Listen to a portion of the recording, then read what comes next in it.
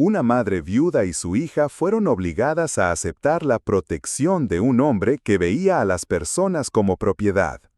Isaac Berryman, colono implacable, ofrecía seguridad a cambio de sumisión, decidido separar a Emma de su hija y acabar con quien se interpusiera.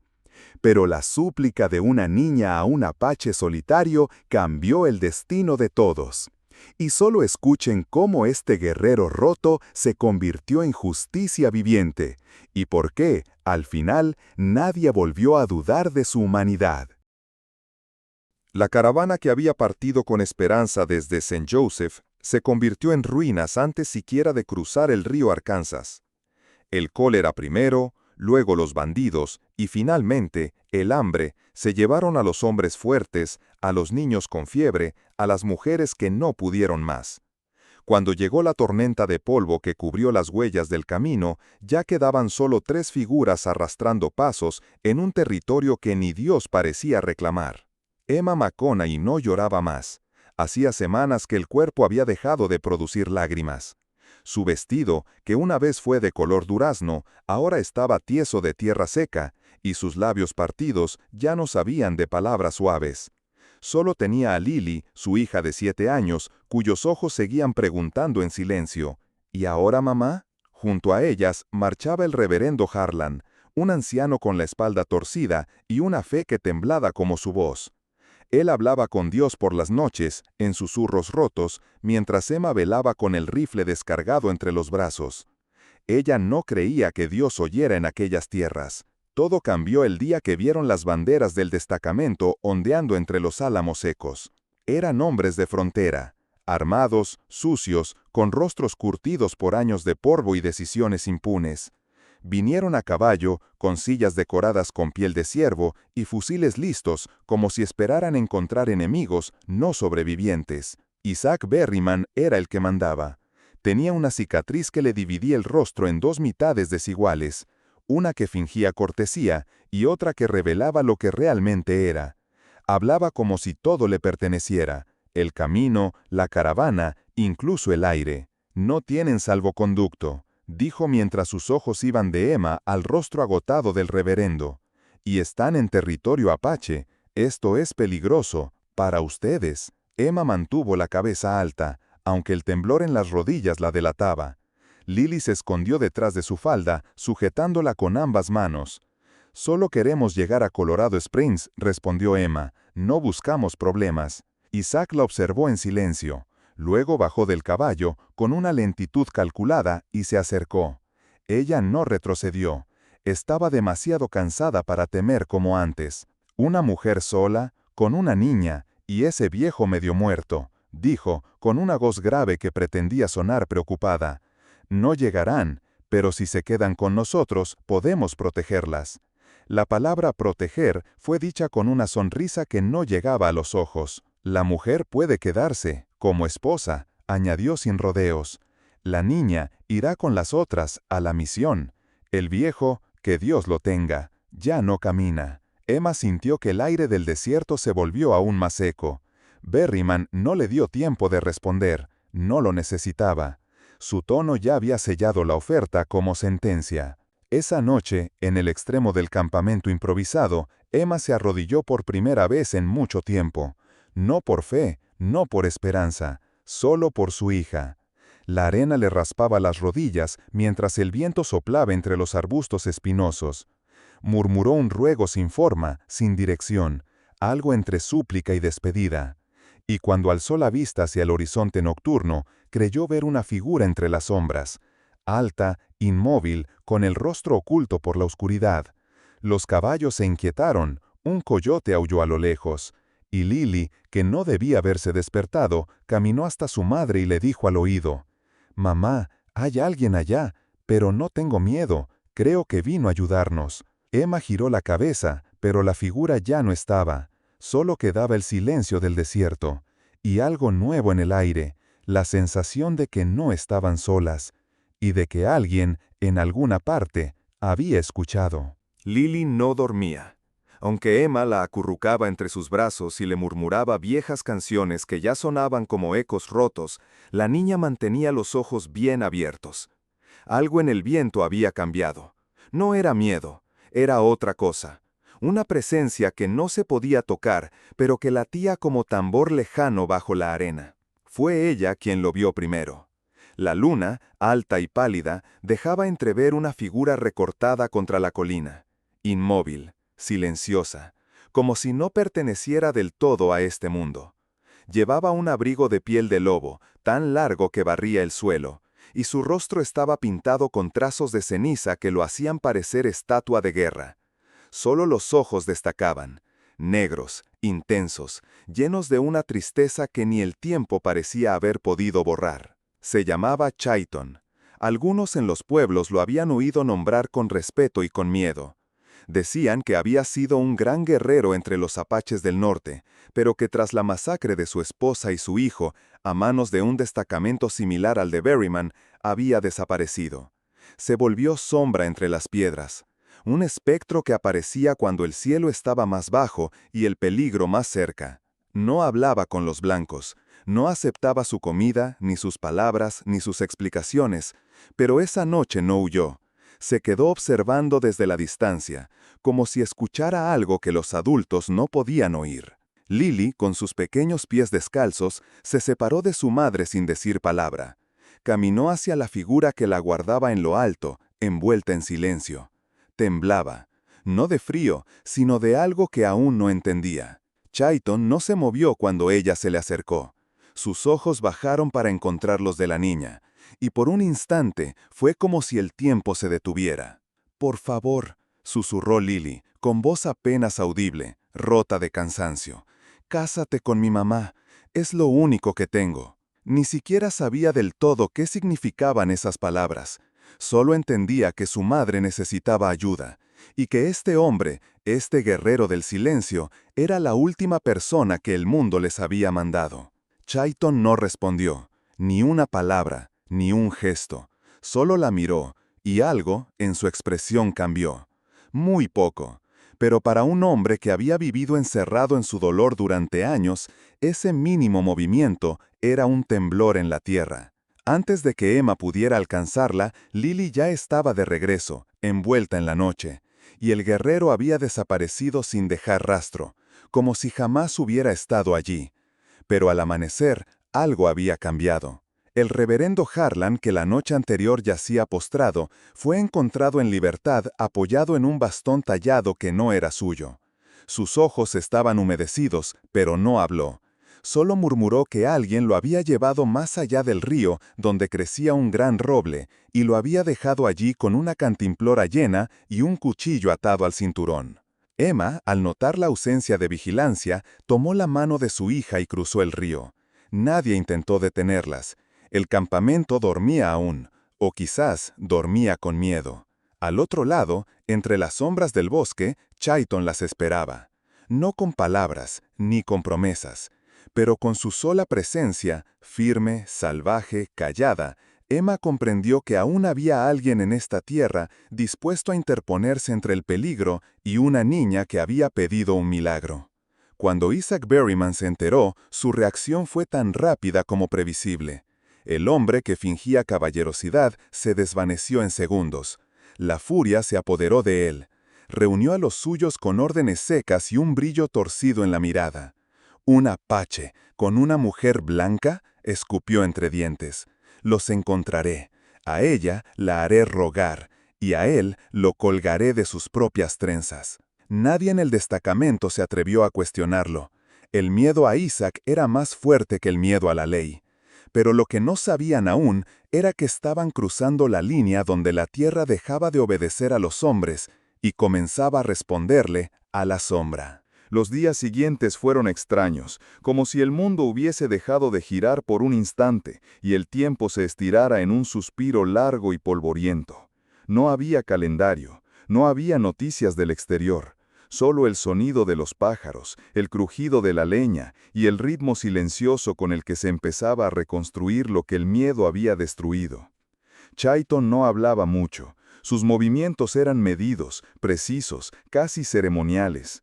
Cuando caminaba no dejaba huellas, cuando cazaba lo hacía sin violencia, como si pidiera permiso al bosque. A Emma al principio le costaba entenderlo. No sabía si podía confiar, ni si debía hacerlo, pero no tenía muchas opciones. Y la forma en que Lily lo miraba, como si viera en él algo que nadie más podía ver, plantó la primera semilla de duda en su desconfianza. El refugio que levantaron no era más que una estructura de ramas firmes y piedra, reforzada con barro y cubierto de ramas secas. Pero tenía techo, tenía sombra, tenía un lugar donde una madre podía sentarse junto al fuego sin pensar en rifles ajenos apuntándole desde la oscuridad. Chayton no ofrecía ayuda, enseñaba. Le enseñó a Emma cómo cargar un arma sin hacer ruido, cómo distinguir la pisada de un zorro de la de un hombre, cómo purificar agua con solo carbón y corteza. Pero más que eso, le enseñó a observar, a escuchar lo que no se dice, a notar cómo la tierra avisa cuando algo cambia. Al principio Emma se resistía. Cada gesto amable del apache le parecía extraño, como si debiera devolverlo con algo que no tenía. Pero con el paso de los días comprendió algo que no esperaba. Él no buscaba salvarlas, ni siquiera buscaba consuelo, buscaba redención, por algo que había perdido, por alguien que ya no podía volver. Una noche, mientras el fuego chispeaba entre ellos y Lily dormía cubierta con una manta de piel, Emma se atrevió a preguntar, ¿por qué ayudas a alguien como yo? Chayton tardó en responder. Miraba las llamas como si vieran algo que ella no podía. Cuando al fin habló, lo hizo en voz baja, con esa calma que escondía grietas profundas.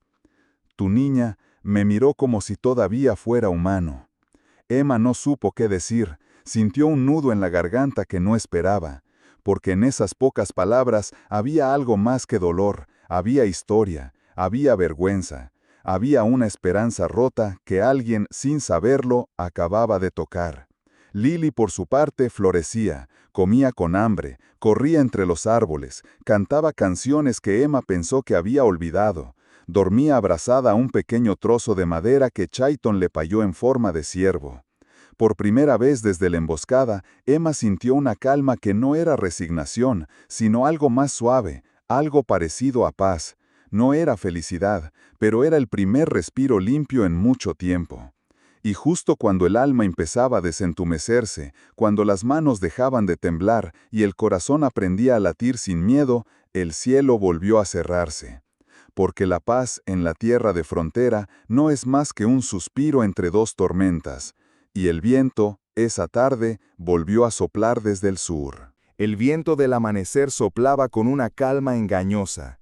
El cielo, aún en tinieblas, empezaba a teñirse de cobre. Emma se despertó antes que el sol. No fue por ruido ni por instinto, fue por certeza. Aquella clase de certeza que no necesita pruebas. Se levantó sin hablar y empezó a preparar lo poco que tenían. Chayton ya estaba despierto. No dormía mucho desde que el silencio cambió. En la lejanía, los cascos de los caballos se oían como un trueno lejano, rítmico, creciente. Isaac Berryman venía. Y no venía solo. Montado en su caballo negro, rodeado de 6 hombres armados, Berryman avanzaba con la arrogancia de quien se cree dueño de la historia. Desde arriba, miró el claro entre los pinos donde se alzaba el refugio improvisado. Un apache, espetó con desprecio, y una mujer que no sabe cuál es su lugar. Esto será rápido. Pero no lo fue. Cuando los hombres cruzaron la línea de ramas secas que bordeaban el claro, el primer caballo cayó de golpe, atrapado en una trampa de lazos enterrados. El animal relinchó y el jinete rodó por el suelo, golpeándose contra una piedra. No tuvo tiempo de gritar. Del bosque salió una sombra que se movía más rápido que su miedo. Chayton atacó con la precisión de quien lleva toda una vida escuchando la tierra. No disparaba, no hablaba, solo se movía como parte del paisaje, confundiendo a sus enemigos, desorientándolos. Emma, desde el lado opuesto del claro, tomó el rifle que él le había enseñado a manejar. Respiró hondo. Una vez, otra. Recordó lo que él le había dicho. No pienses en matar, piensa en proteger. La primera bala erró el blanco, la segunda no. Uno de los hombres cayó al instante, con el cuerpo arqueado hacia atrás y el rostro cubierto de polvo. Emma no sintió alivio, sintió temblor, pero no en las manos, en el alma. Aún así, no bajó el arma. Lily, escondida bajo una roca, observaba todo sin llorar. Su pequeño cuerpo temblaba, sí, pero sus ojos no parpadeaban. Veía a su madre resistir, veía al hombre que una vez llamó el lobo luchar sin miedo por ellas, y comprendía, sin palabras, que aquel día marcaría quién sería el resto de su vida. Berryman, enfurecido por el caos, desmontó y buscó con los ojos a su enemigo. Chayton apareció frente a él, tranquilo, sin arma de fuego, solo con su cuchillo en mano, afilado como la noche. Se miraron un segundo. «Podrías haberte rendido», escupió Isaac. «Tú podrías haber tenido alma», respondió Chayton. Y se lanzaron el uno contra el otro. El combate fue rápido. En la frontera, las batallas no se prolongan, se deciden en segundos. Isaac era fuerte, entrenado, brutal, pero Chayton era preciso, y tenía algo que su enemigo no conocía: la fe callada de quien ha elegido no vivir con miedo. El cuchillo brilló al reflejo del sol que por fin asomaba por las montañas. Un solo movimiento, silencioso, limpio. Isaac cayó de rodillas, sorprendido, como si la tierra le negara el derecho a seguir en pie. Nadie celebró, no hubo gritos, no hubo venganza. Solo el susurro del viento, el olor a polvo levantado y la respiración agitada de quienes aún estaban vivos. Los otros hombres, al ver a su líder derrotado y la resistencia inesperada que encontraron en el refugio, no tardaron en huir. Ni uno miró atrás, porque sabían, sin necesidad de que se les dijera, que aquella parte del bosque ya no les pertenecía. Chayton limpió la hoja de su cuchillo con una rama y guardó silencio. Emma bajó el rifle. Aún respiraba con dificultad, pero estaba de pie. Su mirada se cruzó con la suya. No dijeron nada. No hacía falta. Lily salió de su escondite y corrió hacia su madre. Se abrazaron largo rato, como si el peligro pudiera volver con el siguiente soplo del viento. Pero por primera vez no volvió, porque habían resistido. Y esa mañana, con la sangre aún fresca sobre la arena, el miedo entendió que allí ya no tenía poder. El viento del norte llegó esa mañana con un sabor distinto, más limpio, más ligero, como si incluso la tierra respirara distinto después de lo vivido. El refugio seguía en pie, aunque con cicatrices, marcas de disparos en la piedra, ramas partidas por las pisadas apresuradas, rastros de lucha bajo los pinos. Pero en medio de todo se alzaba la vida. Una hoguera recién apagada, un trozo de pan sobre una roca, una niña que dormía sin pesadillas. Chayton se quedó de pie por última vez frente al claro, con el abrigo de piel de lobo cubriéndole los hombros y la mirada fija en Emma. Ella lo comprendió antes de que él dijera nada. No se quedaría. Él pertenecía a otra ruta, a otro silencio, a un paisaje que no se podía habitar si el alma buscaba descanso. Y aunque su presencia había significado salvación, Chayton sabía que no era parte de ese nuevo inicio. Se acercó a Emma y, sin ceremonia, colocó algo en su mano, un pequeño talismán tallado en hueso de lobo, con líneas antiguas que hablaban de protección, fuerza y memoria. Ella lo apretó sin decir palabra, sabiendo que su significado iba más allá de cualquier promesa. «Ya no necesitas que te protejan», dijo él, en su lengua natal, con voz baja como el viento entre las ramas. «Ahora tú eres quien protege». Emma no lloró al principio, solo cuando lo vio alejarse, sin volverse, con los pasos firmes y el rostro alto. Entonces las lágrimas llegaron, pero no eran de tristeza, eran de entendimiento, de gratitud, de despedida a algo que no era solo un hombre, sino una parte de sí misma que por fin podía soltar. Porque eso no era un final, era un renacimiento. Meses después, la vida florecía en otros caminos. Emma y Lily se instalaron cerca de un pequeño puesto militar, donde el mundo aún era duro, pero menos cruel. Allí, entre carretas viejas y mesas de madera, Emma abrió una escuela improvisada para niños sin hogar. Les enseñaba a leer, a escribir, a contar las estrellas y nombrar el viento. Lily ayudaba, claro, contaba historias cuando caía la tarde.